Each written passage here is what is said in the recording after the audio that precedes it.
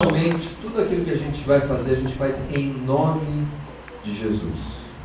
Eu acho interessante, vamos ver se for mais à frente. Fazer em nome de Jesus, só se pode fazer em nome de Jesus depois que a gente tem salvação, a gente tem comunhão. Bom, o primeiro degrau qual é? Salvação. E o segundo? Comunhão. Esses são os dois degraus que nós precisamos resolver, para finalmente chegarmos então no terceiro, que eu chamaria, só para rimar tudo, de ação. Tenho salvação, tenho comunhão, agora eu estou pronto para... Tenho salvação, tenho comunhão, agora eu estou pronto para... Ação! Ação, excelente, agora é a hora, ação. Quando nós falamos de ação, nós precisamos lembrar novamente que há um chamado universal para o trabalho, para a ação. Vamos ver Gênesis capítulo 2. Gênesis capítulo 2, versículo 15. Tomou, pois, o Senhor Deus ao homem e o colocou no jardim do Éden para cultivar e guardar. Numa simples palavra, para trabalhar. Deus criou o ser humano para trabalhar. Tem gente que acha que trabalho é consequência do pecado. Eu não vejo a hora de Jesus voltar, que ele vai para o céu e acaba esse negócio de trabalho. Não. Sempre existiu trabalho. Jesus disse o que a respeito do seu pai? Quando ele foi criticado pelos fariseus porque ele fazia obras no sábado, ele respondeu dizendo o que? O meu pai trabalha e eu trabalho. E os crentes descansam, tá? Os crentes trabalham. Há uma comissão aqui em Gênesis universal para trabalhar. Eu acho interessante ainda que em Êxodo capítulo 20, versículo 9, não precisa abrir? Obrigado. Fala, 6 dias trabalharás e sétimo dia descansarás. E aí surgiu aquela igreja que é a adventista do sétimo dia, né?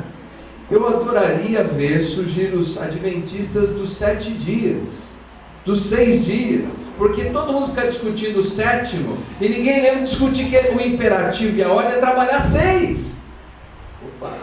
Descanso ou não descanso o sétimo? Irmão, você está descansando todos, vamos lá, você precisa agir, você precisa trabalhar. Importante lembrar, uma comissão geral para o trabalho. Todos somos vocacionados para o trabalho. Isso é tão forte que no Novo Testamento, acho que esse aqui vale a pena a gente ler na íntegra o texto. Segunda carta de Paulo aos Tessalonicenses.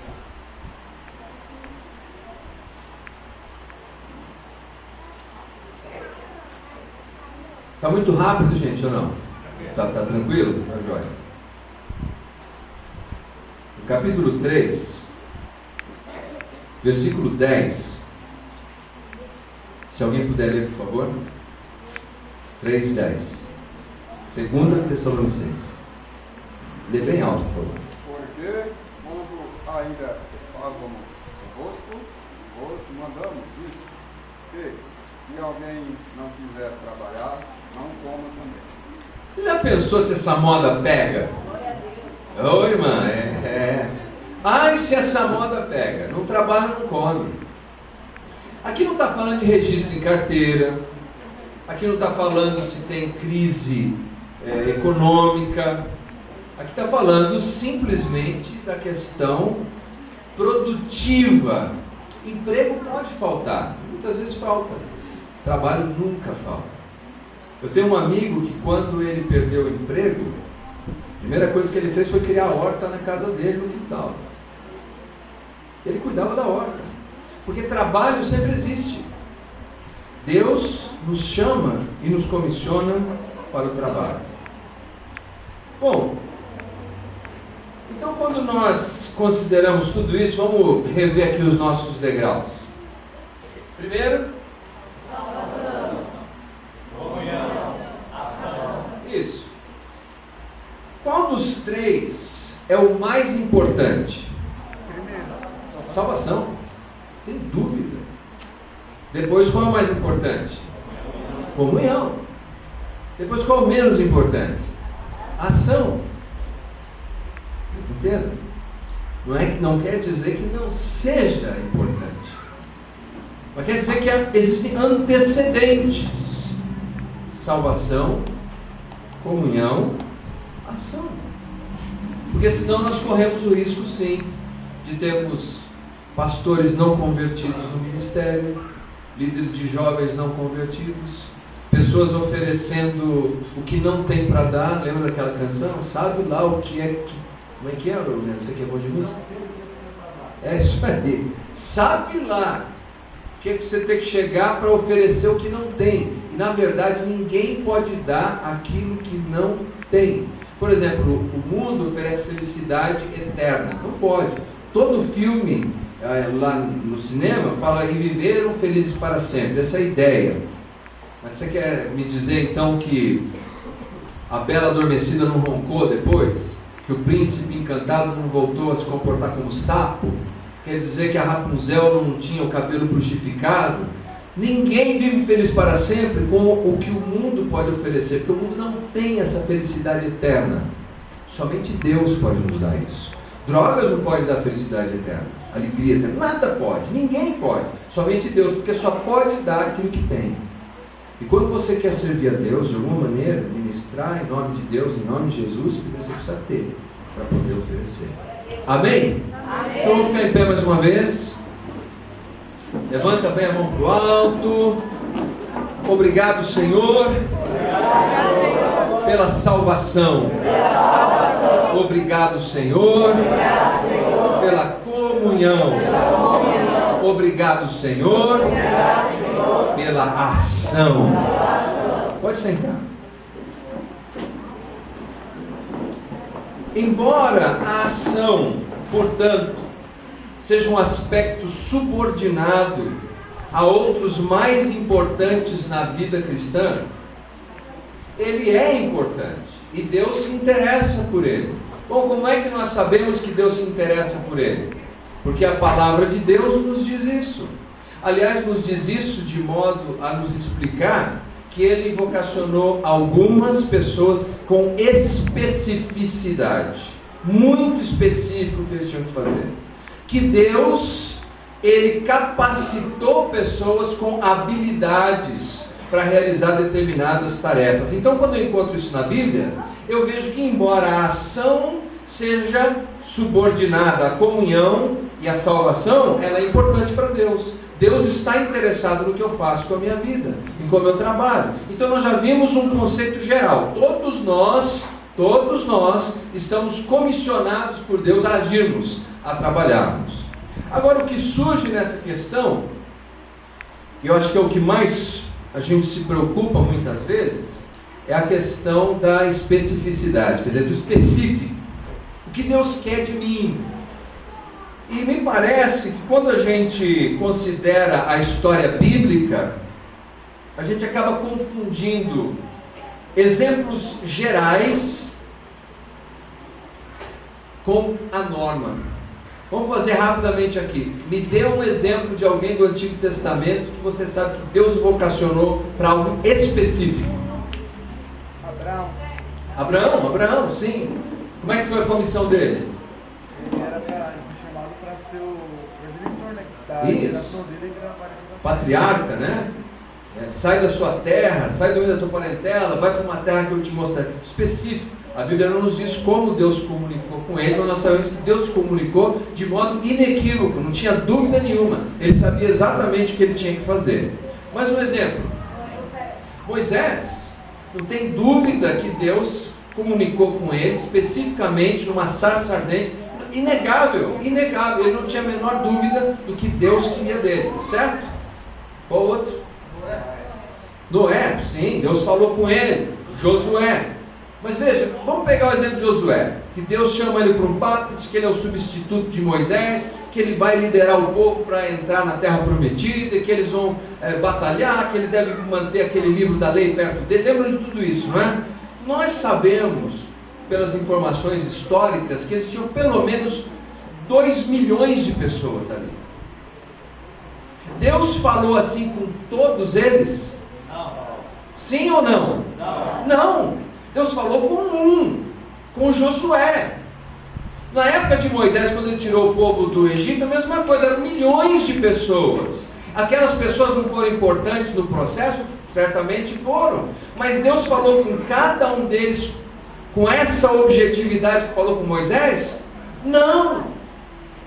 Então note que quando você apanha a história do Antigo e do Novo Testamento, Deus vocaciona todo o seu povo, mas não vocaciona o seu povo da mesma maneira que vocacionou a alguns. Porque quando você pega todos esses grandes líderes da página da Bíblia, você não pode esquecer que por trás deles tinham milhares e milhões de outros que Deus também se interessava e que Deus também usou poderosamente. Aqueles que foram à guerra, por exemplo, ao lado de Josué ou ao lado de Davi, não foram importantes? É óbvio que eles foram importantes, mas eles não tiveram uma experiência que eu vou chamar de sarça ardente. Então como é que Deus norteia aquelas pessoas que são comuns como eu e você? Até porque, veja só, se você tem uma informação dessa do tipo sarça ardente, não há nem razão de você estar aqui nessa noite. Você sabe o que é. E então você é um trem-bala que ninguém vai parar, você sabe exatamente. Mas se você é simplesmente comum, como eu sou, você está aqui essa noite, você quer ter mais clareza disso. Então eu gostaria de dizer que essas pessoas, ou mesmo os apóstolos no Novo Testamento, que representavam outros milhares de crentes, são a exceção de como Deus nos chama e nos vocaciona, e não a regra. Isso é tão importante, porque senão você corre o risco de passar uma vida inteira esperando a sarça arder, e ela não age. Você passa uma vida inteira esperando que um anjo venha bater na porta da sua casa, ou que um profeta não sei de onde venha te dizer não sei o que, e você não age. Quando Deus apresenta na sua palavra uma série de princípios que servem para nos nortear, para a gente viver uma vida de ação. A inércia dessa expectativa que a gente tem pela exceção não se justifica, porque nós temos a palavra de Deus na sua plenitude. Você crê nisso? Então eu gostaria de colocar que, quando nós consideramos estas pessoas do Antigo Testamento, nós precisamos lembrar que não se trata de vocação reduzidamente ao serviço religioso ou eclesiástico, mas serviço a Deus. Deixa eu explicar um pouco, traduzir esse negócio. Josué foi vocacionado por Deus? Sim ou não? Sim, gente, né? Vamos dizer juntos aí. Sim. E ele era o quê? O que ele fazia? Ele era pastor? O que ele era? Agitador? Mais ou menos, né? Ele era um líder militar. Está ali o irmão Júlio. O Josué era um líder militar. E o Moisés? Moisés era um líder administrativo, militar, legislador. Quando você apanha lá várias outras pessoas que Deus levantou no Antigo Testamento, você vai ver que a tarefa e o trabalho deles não está circunscrita ao templo, por exemplo. Arão, sim.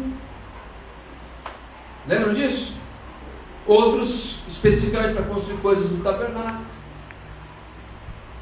Mas essa não é a verdade da maioria das pessoas que Deus comissionou e vocacionou. O que eu quero dizer com isso?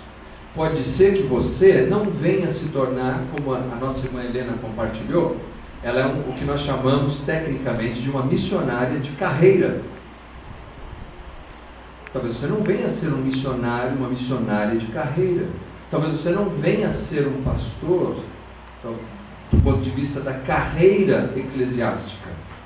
Mas o que quer que você esteja fazendo, você tem o dever de fazer para a glória de Cristo. O apóstolo Paulo, ele tinha outra atividade profissional além de missionário? Tinha. O que ele fazia? Fazia tendas. E um amigo meu disse assim, as tendas dele não gotejavam. Porque acusavam ele de tudo, só não acusavam ele de fazer tenda ruim. Então o cristão, vocacionado por Deus, que quer servir a Deus, e ele está envolvido num trabalho, numa atividade, ele tem que fazer aquela atividade com qualidade, porque ele faz para a glória de Deus. Aquela atividade vai dar a ele a oportunidade de anunciar verbalmente a mensagem do Evangelho. Jesus, diz a tradição cristã, foi um dos melhores carpinteiros de Israel. E eu acredito nisso. Sabe por quê? Mais uma vez, os fariseus, os saduceus, os herodianos e outros acusavam Jesus de tudo, de ser filho ilegítimo, de ser falastrão, de expulsar demônio pelo dedo de Bezebu. Nunca eles falaram que ele fez uma cadeira torta, uma mesa ruim. Perceberam? Jesus era bom carpinteiro. 30 anos de carpintaria contra 3 anos de Messias. Se você não sabe o que fazer, faça o melhor com o que você tem para fazer. Isso é um chamado de Deus, com o que está nas suas mãos. Mas eu gostaria então de considerar alguns passos que provavelmente você tem expectativa, mas eu quero um negócio mais específico, Leandro. Eu quero descobrir aquela a minha tarefa na vida, já que a vida não é um ensaio, é uma só. Gostaria de dizer o seguinte: algumas vezes você tem um trabalho, que é um trabalho que te remunera. E outras vezes você tem um outro trabalho, pelo qual você não é remunerado, mas que te dá a realização necessária na vida. E a gente às vezes tem que ter o equilíbrio dessas duas coisas. Muito bem, falando então para você descobrir, ou pelo menos se aproximar do seu específico, do específico na sua vida.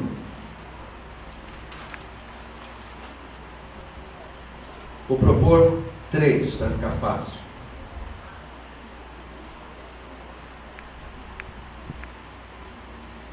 Primeiro eu gostaria que você pensasse em necessidade.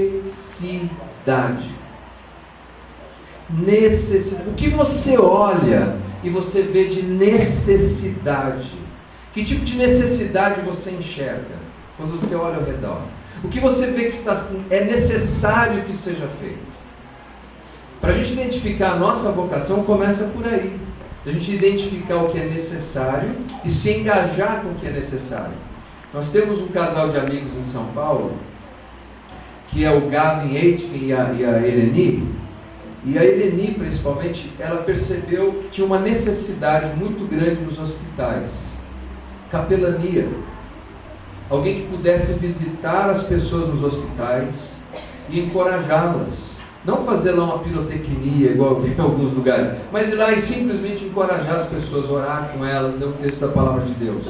Ela percebeu isso, então ela passou a visitar os hospitais. Ela fez um curso de aconselhamento e passou a visitar os hospitais, e orientar as pessoas, e orar com as pessoas.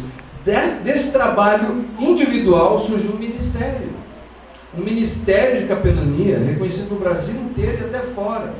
Um ministério que pessoas são treinadas para visitar o hospital. Mas como começou? Começou quando ela identificou o quê? Necessidade.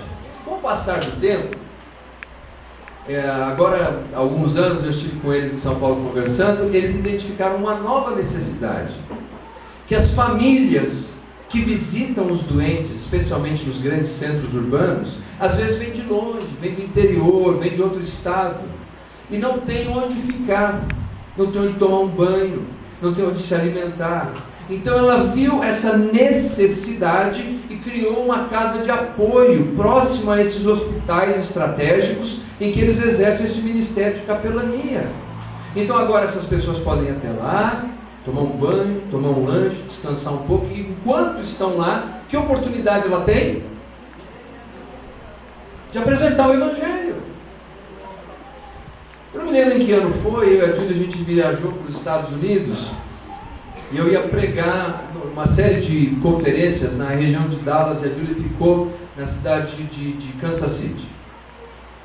E quando eu cheguei de viagem do trabalho, a Julie tinha todo um projeto escrito, lindo, lindo, com nome, com tudo, que era um projeto chamado Fazendo a Diferença.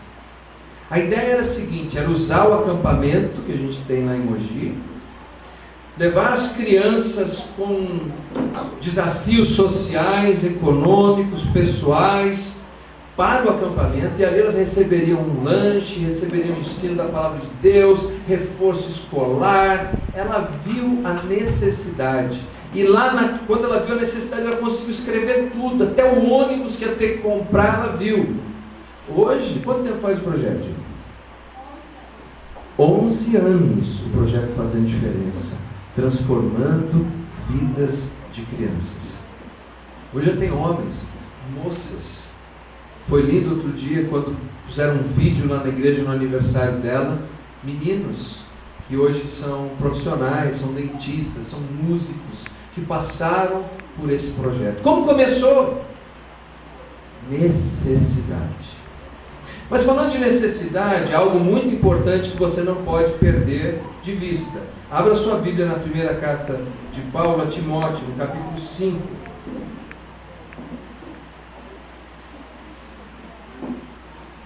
Versículo 8. Nós não podemos esquecer disso quando falamos de necessidade. Quanto tempo eu tenho ainda aqui, Alves? Ficamos nós dois aqui, né? Não tem problema.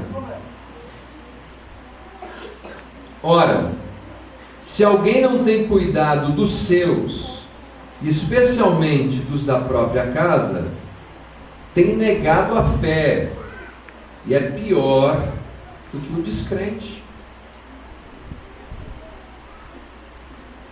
Primeiro, necessidade imediata, necessidade que está perto, lá na sua casa, é o primeiro lugar que você tem que ver a necessidade. Qual é a necessidade que tem lá no seu lar? Está cuidando da sua casa, primeiro? Está cuidando dos filhos, dos pais? Está fazendo a sua parte na sua casa?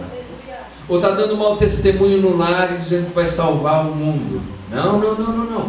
A vocação e o chamado para a gente identificar a necessidade começa em casa. Em casa.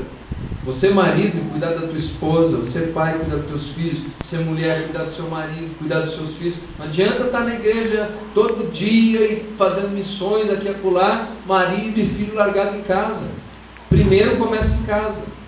Um irmão que congregou conosco era uma pessoa muito ativa. Ele tinha o desejo de estar fazendo um trabalho que ele considerava mais significativo.